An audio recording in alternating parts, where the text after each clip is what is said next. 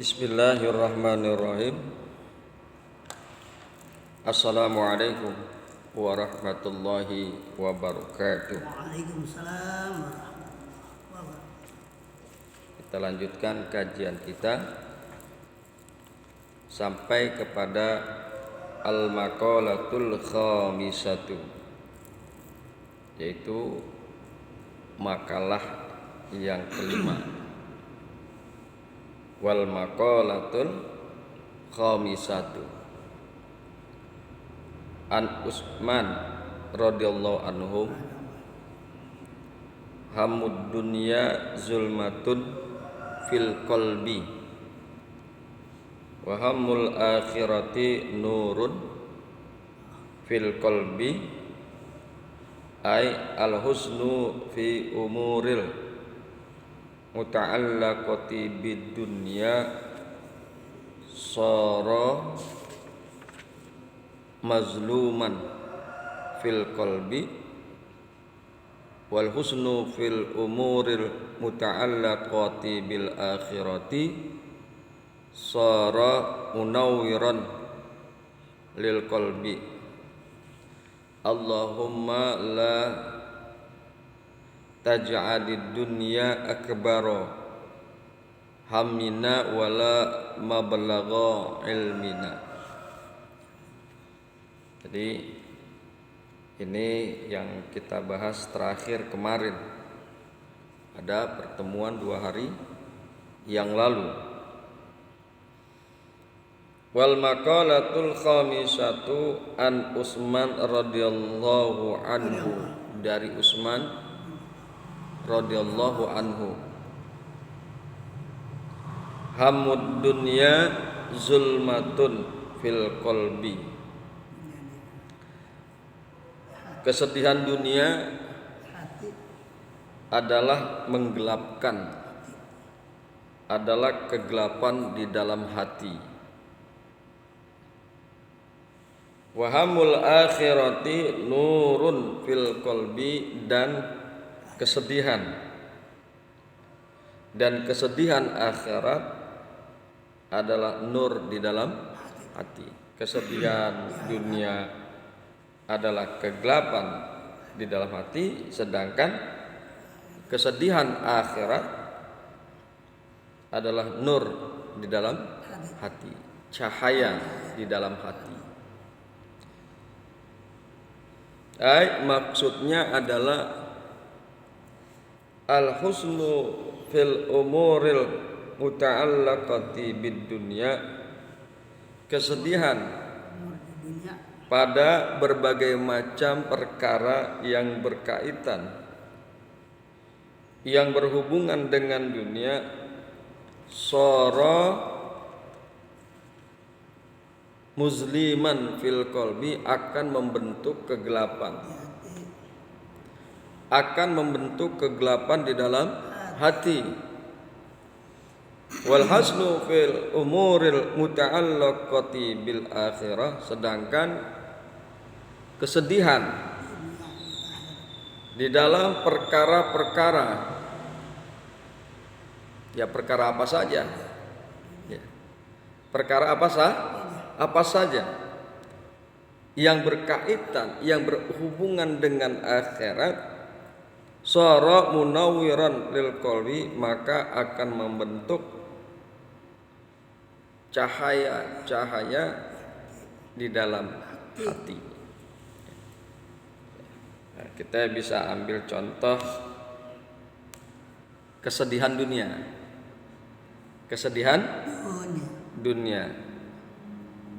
di mana kalau kesedihan dunia itu dikemukakan adalah musliman fil qalbi, sara musliman fil qalbi, akan membentuk kegelapan di dalam hati, akan menggelapkan hati. Perkara apa saja? Ya perkara apa saja, yang penting membuat hati kita menjadi sedih,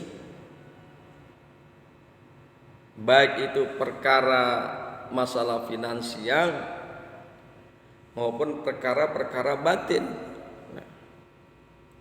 Contoh perkara yang menyangkut finansial, Di antaranya adalah kemiskinan. Sedih itu. Ya, nah itu kan menyedihkan kita dalam perkara dunia.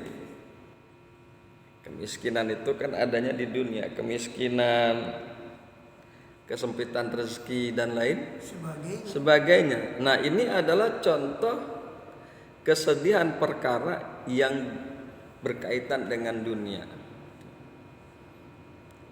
Nah, dari kemiskinan ini dapat menggelapkan hati. Dapat menggelapkan hati. Hatinya menjadi gelap, hatinya menjadi katakan sumpek. Tidak tentram. Tidak tentram. Ya, dapat menggelapkan hati. Dengan kondisi yang demikian itu, maka dapat mendorong orang untuk melakukan tindak korupsi, tindak kejahatan, pencurian, begal dan lain sebagainya.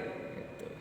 Jadi hatinya gelap. Kalau hati orang gelap itu kan selalu melakukan tindakan kejahatan. Apa aja udah menangkap terus. Nah, tindakan yang dilarang oleh nilai-nilai agama. Nah, itu adalah contoh daripada kegelapan hati. Tuh. Kan gitu ya, Kong. Iya. Jadi karena hatinya gelap, maka dia berbuat tindakan-tindakan yang haram, yang bertentangan dengan nilai-nilai agama. Kemudian dalam bentuk yang tidak kelihatan, dalam bentuk perkara katakan batin, rasa dengki dan rasa benci, hasad, itu juga kesedihan di dalam hati. Melihat orang karena rasa dengki, melihat orang mendapatkan kebahagiaan, hatinya nggak suka. Nah, itu dengki namanya. Dengki hasad, gitu loh. Melihat orang mendapatkan kebahagiaan, kenikmatan dari Allah, apa saja tuh kenikmatannya.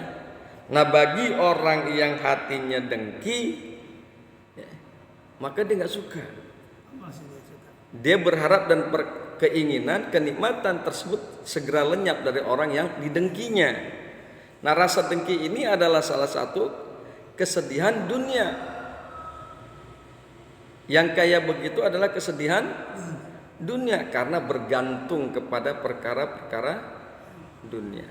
Kesedihan dunia, kesedihan yang bergantung kepada perkara dunia, tuh, dengki dan benci. Akhirnya menggelapkan hati. Menggelapkan hati si pendengki tersebut. Timbullah perkara-perkara yang dilarang oleh agama. Karena gelapnya hati. Seperti apa? Fitnah. Fitnah, ngejelek-jelekin orang. Ngejelek-jelekin orang yang didengki. Timbullah gibah, ngomongin orang gitu. Kenapa itu bisa terjadi? Karena adanya kesedihan dunia yang berupa rasa dengki, rasa hasad. Kan gitu, Kong. Ya. Wal husnu fil umuril muta'allaqati bil akhirah. Dan kesedihan di dalam perkara-perkara yang berkaitan, yang berhubungan dengan akhirat, sara munawwiran lil qalbi, maka dia akan membentuk cahaya di dalam hati. Contohnya kesedihan dalam perkara akhirat adalah rasa takut masuk ke dalam neraka. Ya kan, Kong? Rasa takut mendapatkan azab Allah di akhirat. Itu kan kesedihan di dalam perkara yang berkaitan dengan akhirat. Emang adanya neraka di mana? Ya di akhirat nanti. Takut, dia khawatir masuk ke dalam neraka. Nah, kondisi-kondisi model-model seperti itu sara munawwiral lil qalbi akan membentuk cahaya-cahaya di dalam hati. Seperti untuk mendorong meningkatkan ibadah, amal soleh dan takwa. Itu kan cahaya hatinya, cahaya yang baik di dalam hati. Hati yang penuh dengan cahaya pasti tidak akan bertentangan dengan nilai-nilai agama, pasti sesuai dengan nilai-nilai yang diperintahkan oleh agama. Seperti apa? Ibadah. Takut dia masuk neraka, maka dia hatinya menimbulkan satu gerakan untuk terus beribadah. Ya kan? Hatinya sedih dalam perkara akhirat, maka terbentuklah di dalam hati cahaya. Wal huznu fi umuril muta'allaqati bil akhirah sara munawiran lil qalbi. Ya. Jadi sekali lagi, cahaya-cahaya bagi hati itu adalah justru akan meningkatkan nilai-nilai yang baik, nilai-nilai yang positif. Kesedihan di dalam perkara-perkara akhirat yang berkaitan dengan perkara akhirat justru akan menimbulkan nilai-nilai positif di dalam hati. Ya, adanya rasa khauf dan adanya rasa roja, pengharapan kepada Allah Subhanahu wa taala. Dia akan meningkatkan ibadah, amal soleh dan takwa. Allahumma la taj'alid dunya akbaru hammina. Ya Allah, janganlah engkau jadikan dunia itu lebih besar di dalam cita-cita kami. Jangan sampai tuh cita-cita kita itu lebih besar kepada urusan dunia. Perlu digarisbawahi bahwa negeri kita ini, tempat kita ini hakikatnya bukan di dunia. Kita akan kembali di negeri keabadian, tempat keabadian yaitu akhirat. Jangan sampai ya Allah, la taj'alid dunya, janganlah engkau jadikan dunia akbaru hammina, itu lebih besar daripada cita-cita kami. Ya. Bismillahirrahmanirrahim. Wal muqalatu sadisatu an Ali radhiyallahu anhu wa karama wajhah man kana fi talabil ilmi kanatil jannatu fi talabihi wa man kana fi talabil maksiyati kanatin nar fi talabihi. Ay man istaghala fil ilmi nafi' alladhi la yazuzu lil balighil aqili jahluhu kana fil haqiqati taliban lil jannati wali ridallahi ta'ala. Wa man kana muridan lil maksiyati kana fil haqiqati taliban lin nari walisuhtillahi ta'ala. Nah, ini adalah berkaitan dengan menuntut ilmu dan melakukan pekerjaan maksiat. Ya. Wal maqalatus sadisatu, dan bermula makalah yang ke-6. Makalah yang ke-6 an Ali radhiyallahu ta'ala anhu, dari Ali radhiyallahu ta'ala anhu, wa karama wajhah, wa karamallahu wajhah, man kana fi talabil ilmi, barang siapa yang adalah dia di dalam menuntut ilmu, di dalam mencari ilmu, kanatil jannatu fi talabihi, maka adalah dia surga di dalam pencariannya. Jadi ketika kita menuntut ilmu, ya, maka hakikatnya kita sedang mencari surga. Wa man kana fi talabil maksiati, dan barang siapa yang adalah dia di dalam mencari kemaksiatan, kana tidnar, maka adalah neraka fi talabihi, di dalam pencariannya. Jika kita melakukan kegiatan maksiat, mencari maksiat, hakikatnya kita sedang mencari neraka, menghendaki neraka di dalam pencariannya, di dalam pekerjaannya. Ai man istaghala fil ilmin nafi alladzi la yazuju lil baligh aqali akili, jahluhu kana fil haqiqati taliban lil jannati wali ridallahi ta'ala. Maksudnya adalah manistaghala fil ilmi nafi, barang siapa orangnya yang bersibuk-sibuk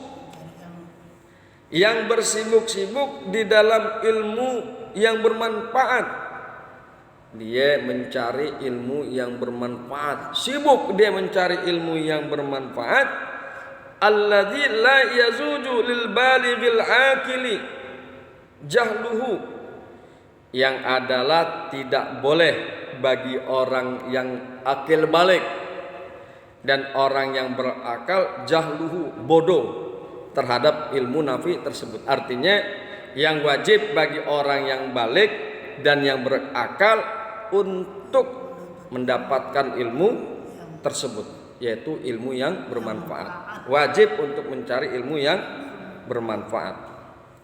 Karena fil haqiqati taliban lil jannati wali ridallahi ta'ala. Nah, yang demikian modelnya, ya, yang seperti itu modelnya, yaitu orang yang bersibuk-sibuk di dalam ilmu yang bermanfaat, adalah dia hakikatnya mencari kepada surga. Kayak kita sibuk nih, kita tiap hari nih Kong, kita tiap hari sibuk mencari daripada ilmu yang bermanfaat. Kita belajar fikih, kita belajar tafsir, kita belajar hadis. Hakikatnya kita ini sedang mencari surga. Hakikatnya kita sedang menuntut dan mencari surga. Karena apa? Ilmu-ilmu yang bermanfaat itu ujung-ujungnya nanti untuk kebahagiaan di akhirat. Apa itu kebahagiaan di akhirat? Itu surga. Ujung-ujungnya ilmu yang bermanfaat itu adalah surga. Kan gitu ya Kong. Makanya kita nggak boleh bosan-bosan. Nggak boleh bosan-bosan menuntut ilmu, tapi ilmu yang bermanfaat, khususnya bermanfaat untuk negeri akhirat. Wali ridallahi ta'ala, dan hakikatnya dia juga sedang mencari ridha Allah subhanahu wa ta'ala. Nah, kita ini sedang mencari ridha Allah. Apa yang kita lakukan pagi, walaupun hanya sekedar 20 menit, kita hakikatnya sedang mencari ridha Allah. Wa man kana muridan lil maksiyati, dan barang siapa yang adalah dia menginginkan kepada maksiat, ya apa aja tuh maksiat. Pokoknya maksiat itu adalah perkara-perkara yang dilarang oleh nilai-nilai agama. Maksiat itu yang dilarang oleh nilai-nilai agama. Wa man kana muridan lil maksiyati, dan barang siapa yang adalah dia menginginkan kepada maksiat, Karena fil haqiqati adalah dia di dalam hakikatnya taliban linnari mencari kepada neraka. Jahanam. Nah, Ya, dia sedang mencari neraka. Barang siapa yang menuntut, yang melakukan pekerjaan maksiat, hakikatnya dia sedang menuntut, mencari, neraka. menuntut dan mencari neraka. Dia mengerjakan sesuatu yang akhirnya menjerumuskan dia ke dalam neraka. Walisuhtillahi ta'ala, dan mencari murkanya Allah subhanahu wa ta'ala. Kan gitu ya Kong ya. Melakukan maksiat Allah akan murka. Mencari maksiat Allah akan murka. Dan tempatnya orang-orang seperti itu adalah di neraka jahanam yang penuh dengan siksa. Alhamdulillah kita bisa kaji perkara ini ya, yaitu makalah yang ke-5 dan makalah yang ke-6. Insyaallah nanti kita akan kaji kepada makalah-makalah selanjutnya. Mudah-mudahan kita diberi umur panjang, sehat jasmani dan rohani. Subhanakallahumma wa bihamdika asyhadu an la ilaha illa anta astaghfiruka wa atubu ilaik. Assalamualaikum warahmatullahi wabarakatuh. Waalaikumsalam warahmatullahi